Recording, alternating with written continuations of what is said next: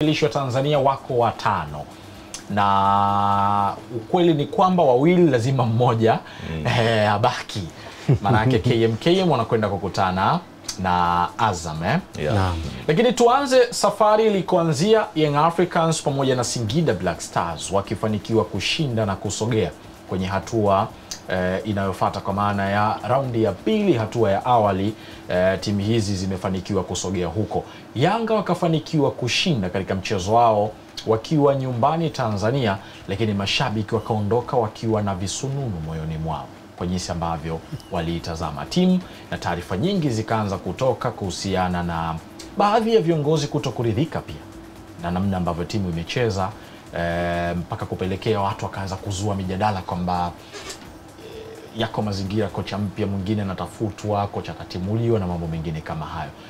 Yanga ilicheza hivyo kwenye ubaya wa namna hiyo, lakini tafsiri ya kucheza vibaya ni nini? Watu pia tuielewe. Manake inawezekana watu wanasema timu inacheza vibaya alafu hawaelewi tafsiri ya kucheza vibaya. Ngoso, kucheza vibaya kwenye mchezo wote unakuwa na malengo. Na malengo siku zote kwanza ni kushinda mchezo. Halafu baada ya hapo unakuja ni namna gani unashinda ule mchezo, the flow. Nadhani mashabiki wa Yanga wana matarajio makubwa sana, au kwenye picha yao vichwani mwao ni Yanga ambayo ina flow vizuri. Yani tayari washajitengenezea yale matarajio makubwa sana kuhusiana na namna Yanga inavyocheza. Na wakasahau kwamba wao wanaifahamu timu, wanafahamu wachezaji, lakini kocha anayekuja hawafahamu wachezaji kwa kiwango wanachowafahamu wao. Kwa hiyo kila sehemu ambako atakuwa nakifanya atakuwa na badilisha maeneo ili kuweza kuwafahamu wachezaji na kujua namna gani ya kuwatumia. Kwa hiyo kucheza vibaya ambako wanakutafsiri mashabiki wengi wa Yanga ni flow kutoka nyuma kwenda mbele. Sasa kwa namna ambavyo amekuwa kibadilisha kikosi, na ndio imekuwa inamuathiri sana mwalimu, na nisimlaumu sana kwa sababu bado yupo kwenye nyakati za kufahamu kila mchezaji analeta nini mezani na nyakati gani inabidi alete hicho ambacho yeye anakihitaji. Kwa akifika muda amewafahamu wote, ndipo tutaanza kuona kwamba ni mchezaji gani anakuwa favorite zaidi wa kuanza zaidi, na tutaanza kuona kwamba kikosi chake hakibadiliki mara kwa mara. Lakini kwa sasa hivi sioni kama wanayanga wanastahili kuwa na wasiwasi. Kitu positive zaidi kwao ambacho wanastahili kukifikiria ni kwamba haruhusu mabao. Hata mazingira yenyewe ya kuruhusu bao ni machache sana ambayo yanatokea kwenye lango lake. Na always any coach anapokuja kwenye timu, sehemu ya kwanza kuanza kuifuma ni eneo la ulinzi.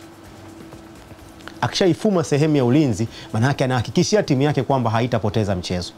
Na ile inakuwa inatengeneza confidence kuelekea kwenye kutengeneza build up na kwenda mbele. Kwa hiyo binafsi nadhani ubaya ambao unazungumzwa ni flow, lakini ukienda kuangalia patterns zinaonekana vizuri tu, kwamba unajua kabisa kwamba Yanga wakiwa wanafanya build up wanabaki watu watatu, then wale mawing back wanaenda mbele, wale mawinga wanaingia katikati kwenye zile half space, alafu utaanza kuona kuna wakati Pacome utamwona ipo kwenye namba 10 na switch positions. Kwa hiyo utaona kabisa kwamba zile patterns zipo, lakini the issue inakuja kwenye flow, kwamba ule muunganiko wa moja kwa moja, kwamba timu inatoka inatik swag. Vile ndio vitu ambavyo wanayanga walivizoea na sasa hivi havioni tena.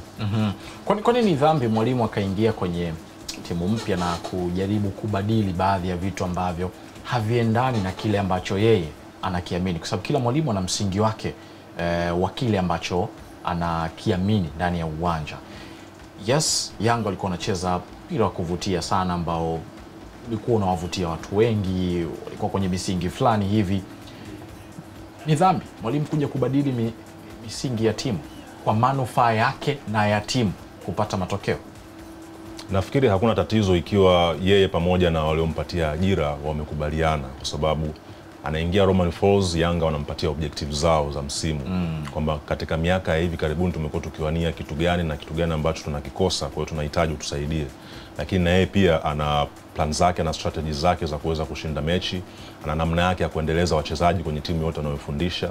Kwa hiyo atapima kile ambacho Yanga wanamwambia na kile alichokuwa nacho ni kitu gani aweze kukifanya. Kwa hiyo ambacho Romain Folz anakifanya ndani ya Yanga ni makubaliano kati yake yeye na klabu ya Yanga, kwamba timu yenu mwanzo wa msimu wa 25-26 nitaanza kutengeneza katika mtindo wa rotation, kutafuta fitness za wachezaji, kutafuta makali ya wachezaji fulani, hasa wapi ambao wameingia, inabidi waelewe misingi ya Yanga wanataka kucheza vipi na kufanikiwa vipi kwenye mechi.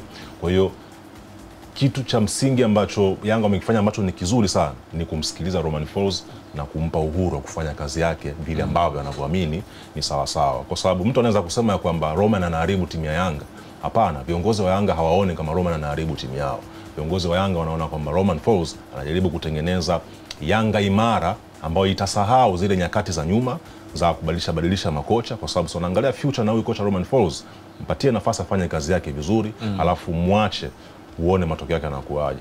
Hajapoteza hata mchezo wote tangu timu amekabidhiwa, hasa katika mechi za kirafiki, mechi za kiushindani. Hujiulizi ni kwa sababu gani? Ni kwa sababu tayari ameshaaminiwa na viongozi wa timu. Huku inayobaki ni maoni sana sana na mitazamo ya watu, alafu wengine wanaobakia wanafanya piga makelele bila kuelewa ambacho wanakizungumza ni kitu gani. Kwa sababu mtu anauliza Yanga anashinda hizo mechi dhidi ya timu gani? Timu sisi zinaonekana anazocheza nazo ni level zile zile, kwa sababu ukiangalia wastani wa Yanga utaona na timu kubwa Afrika sio mkubwa sana. Timu anazoona nazo ni zile zile tu siku zote, level za chini, level za katikati. Timu za level za juu ni hadi ambapo atakapofika hatua za mwisho kwenye mashindano makubwa. Ndio kitu ambacho Yanga anakitafuta miaka mingi. Kwa hiyo Romain Folz hadi atakapokuja kupata vikosi vyake angalau 2 ama 3 vya kurotate kwenye ligi, kwenye FA, kwenye michuano ya kimataifa, maana yake sasa ataweza kuisogeza karibu Yanga na mechi kubwa ambazo watu wanatamani waione Yanga ikicheza vizuri na ikipata matokeo bora. Lakini kwa sasa hivi timu ni zile zile, na ndio maana Yanga inashinda hizo mechi zake. Lakini mtu analalamika, anasema kwamba anashinda dhidi ya timu gani? Ndio timu hizo ambazo Yanga anakutana nazo kila siku. Utaona na timu kubwa kila siku mfululizo.